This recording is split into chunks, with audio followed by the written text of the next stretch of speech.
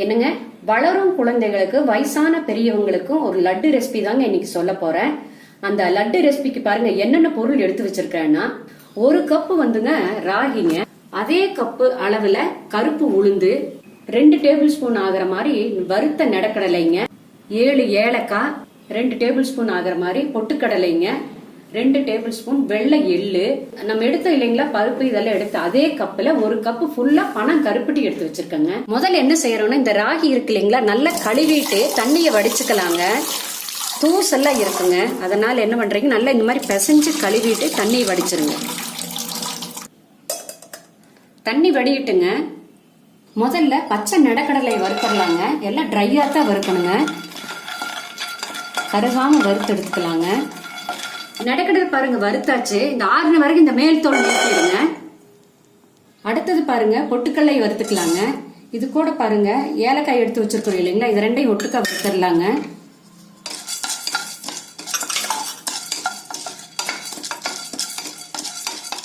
வறுத்தாச்சுங்க, ஒரு தட்டத்துல ஆற வச்சிடலாங்க. அடுத்தது பாருங்க வெள்ளை எள்ளுங்க, இது சிம்மில் வச்சுட்டு வருங்க, சீக்கிரம் வறுவட்டுருங்க. எள்ளு பாருங்க வறுத்தது கடையால கலர் மாறுங்க, சடப்படன் சவுண்ட் கேக்குது பாருங்க. அடுத்தது கருப்புளுந்து வறுத்துக்கலாங்க. இதுவும் அப்படிதாங்க, ட்ரையா வறுத்துக்கணும், நல்லா பொன்னிறம் ஆகிற மாதிரி வறுக்கணுங்க, கருகாம வறுத்துடுங்க. கருப்புளுந்து வறுத்தாச்சுங்க. அடுத்தது பாருங்க கழுவி வச்சிருக்கிற ராகி சேர்த்துடலாங்க. இது அப்படிதாங்க, ட்ரையா தான் வறுக்கணும்.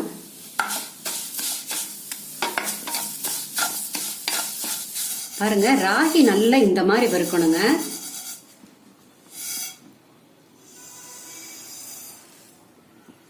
வறுத்ததெல்லாம் பாருங்க நல்லா ஆறட்டுங்க. ஆறுன வரைக்கும் மிக்சியில் போட்டு பவுடர் பண்ணிக்கலாங்க.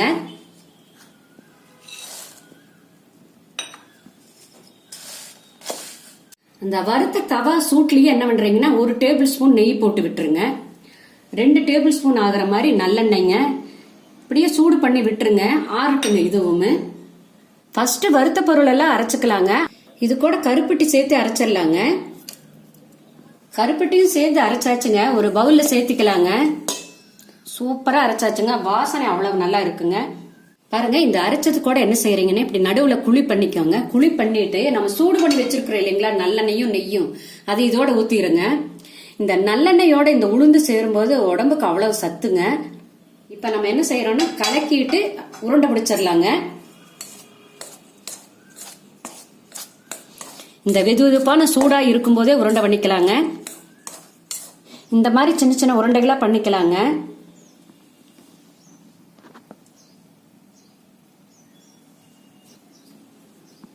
லட்டு அவ்வளவு வாசனையா இருக்குதுங்க, அவ்வளவு டேஸ்டா இருக்குதுங்க. பாருங்க செய்யவே ஒரு உருண்டை சாப்பிட்டாச்சுங்க. நீங்களும் இதே மாதிரி செஞ்சு பாருங்க. செஞ்சு பார்த்துட்டு உங்களுடைய கமெண்ட்ஸை சொல்லுங்க.